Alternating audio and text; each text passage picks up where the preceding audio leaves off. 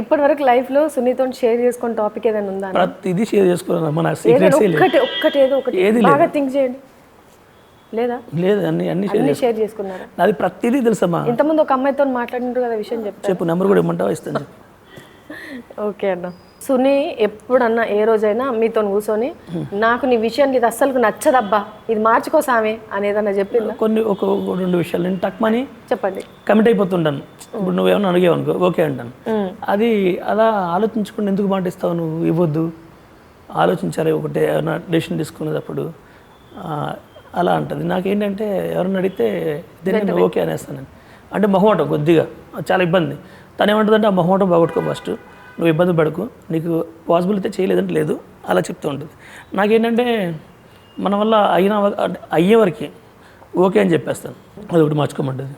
ఇంకేం అంతే, అదొకటి మార్చుకోమని చెప్పేసి. ఓకే, అంటే నేను కూడా ఏమనాల్సి వస్తుందంటే ఇప్పుడు సునీ సైడ్ నుంచి ఆలోచించి ఓకే ఇదొకటే అయ్యి ఉంటుంది అంటే నువ్వు అమ్మాయిలతో నువ్వు ఎక్కువ మాట్లాడకు, ఫోన్స్ నువ్వు ఎక్కువ చూడకు, ఇట్లాంటివి ఏం చెప్పదన్నా? ఏం చెప్పదు. ఎక్కువ ఇది ఫోన్ ఎక్కువ వాడితే వాడొద్దు అంటది తప్ప, ఇంకోటి రీల్స్ చేయమంటుంది. నాకేమో అది ఇష్టం ఉండదు. రీల్స్ చేయమంటే నాకేమో కొంచెం ఇబ్బంది పడుతుంటాను. కెమెరా పెట్టి చెయ్యి అంటది. అదొక్కటే ప్రాబ్లం తప్ప ఇంకా మిగిలిన ఏమి లేదు. ఈ మధ్య రీల్స్ చేస్తున్నట్టు తన వల్లే చేయట్లేదు, చెయ్యి పడుతున్నాను నేను.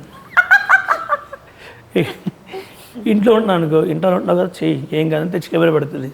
నాకు ఏం చేయాలో తెలియక ఏవో చేస్తున్నాను నేను. లేదన్నా, అంటే రీల్సే చేస్తున్నారు మీరు. అవే రీల్సే, కానీ నాకు ఇష్టం లేకుండా చేస్తున్నా, ఆ ప్రమేయం లేకుండా చేయబడుతున్నాయి.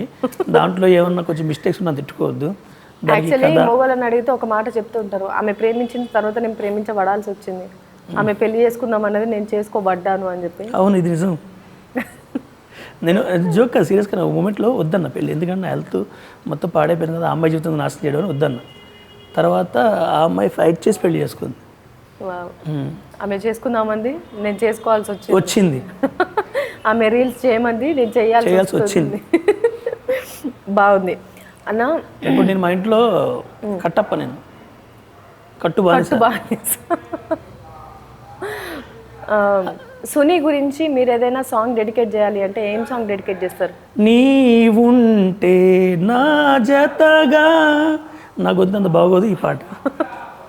చాలా మంచి పాట అన్న, మంచి సాంగ్ని చెడగొట్టానా? లైఫ్లో మ్యాక్సిమం స్ట్రగుల్స్ వైజ్ అయితే ఎంతవరకు చూడాలో అంతవరకు చూసినారన్న.